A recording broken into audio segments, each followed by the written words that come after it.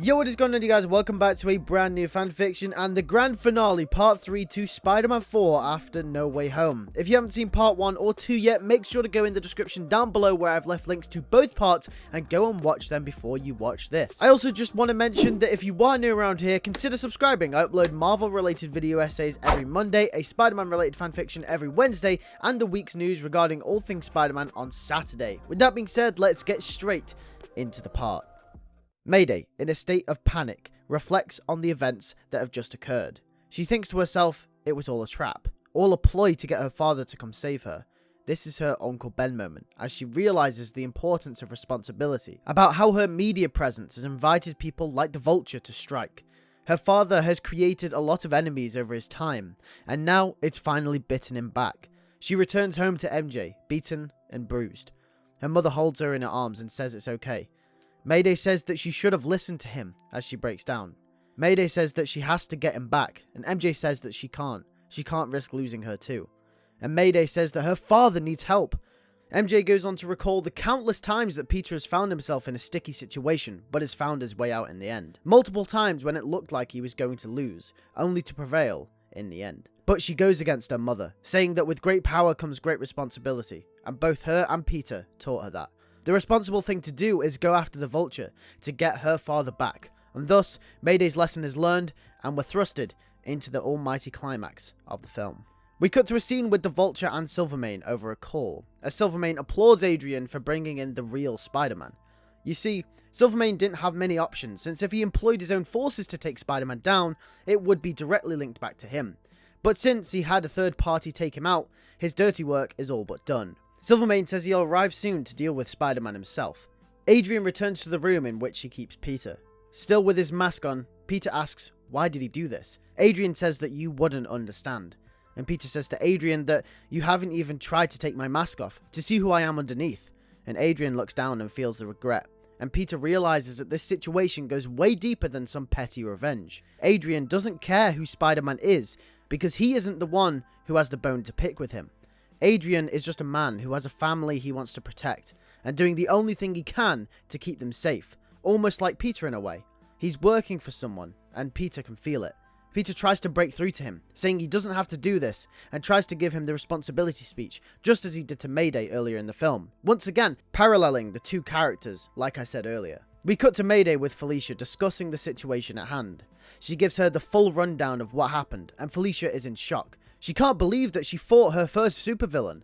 Mayday says that they have to track down the Vulture, and Felicia is adamant that they'll get in serious trouble, but Mayday exclaims that it's her father's life on the line here. A couple of scenes down the line and Mayday and Felicia track down Adrian's hideout. However, this is where all the pieces fall into place, as Silvermane also arrives on the scene. He is here to deal with Spider-Man when Mayday makes her grand entrance. Now this will be the second big action set piece of the film, which will involve Mayday against the Vulture and Silvermane, whilst Peter is apprehended. We will get to see Silvermane in action, and I imagine him being similar to how Tombstone was from the Spectacular Spider-Man series. Mayday will completely underestimate Silvermane's strength. Couple that with her inexperience, Mayday subsequently loses the battle between the three of them. However, Adrian holds back a bit as he starts to feel remorse between the two of them, as he can see his daughter in Mayday and himself in Peter. That family relationship and that family connection, which is a core theme of what this film is about, is expressed through our main characters, but also our villain as well, creating a sympathetic aspect of the character. The worst and probably most tragic part about this, however, is that Peter has to watch his daughter fight and lose against these villains. This will serve Peter's narrative motivations further, as he is the one who wants Mayday to be safe and doesn't want his daughter to get involved with any of the Spider-Man stuff. Mayday ends up getting captured with Peter, and they're both taken away by Silvermane. We cut to a little later in the film, and the last big action set piece. And once captured, Peter and Mayday will both discuss on their way over to Silvermane's holding warehouse about what it means to be Spider-Man. Mayday will tell Peter how she has regrets about not taking what he said seriously. And Peter says once all this is over, she needs to give up the mantle because it's too dangerous. He says he's lost so much in his life, from Uncle Ben to Aunt May and to Harry Osborn. He can't lose her too. Mayday refuses and says that Peter has to realize that eventually he has to give up being Spider-Man, that someone has to be there after he is gone, and Peter can't do it forever. She says that she realizes now that being Spider-Man wasn't about the money or the fame, it was about keeping the ones you loved safe and being responsible with the powers. She looks at Peter and says, "You have to let me help you." And Peter says that you're not ready. And Mayday responds with, "Were you?" And thus Peter's arc is complete. He finally realizes that Mayday is at this point in her career as Peter was once in Spider-Man 1, and realizes eventually someone is going to have to take his place. He comes to terms with the fact that he can finally retire and hang up the costume once all this is over, because someone is there to continue the legacy. The final battle goes down with Silvermane's strength being able to cope with both of them. Even with both of them working in harmony together, it still isn't enough. Silvermane's guards will also be on show here, making it almost like Peter and Mayday are up against an army. And when it looks like the fight is getting too difficult, Adrian Toomes will arrive on the scene and come to the aid of Peter and Mayday, completing his arc as well, which almost parallels that of Mayday's about responsibility.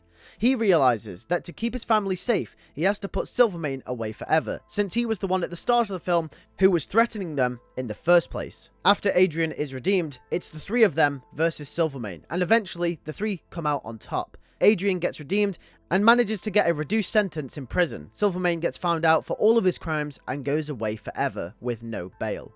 Peter and Mayday reunite with MJ, and Peter finally hangs up the suit and calls it a day. He's done with Spider-Man forever. This film serves as much of a send-off to Tobey Maguire's Spider-Man as much as it is a new beginning for Mayday Parker, a passing of the torch if you will, because from this day on, Mayday will forever be known as Spider-Girl. Thanks for watching Spider-Man 4 After No Way Home. If you enjoyed this fanfiction miniseries, then make sure to hit that like button and make sure to hit that subscribe button for more fanfictions in the future. Give me suggestions in the comment section down below on what to cover next. Also consider subscribing because we post video essays every Monday on all things Marvel related, Spider-Man fanfictions on Wednesday, and on Saturday a news roundup of all the Spider-Man news that came out over the last week. With that being said, I'll catch you all on Saturday for the news. Take care and peace.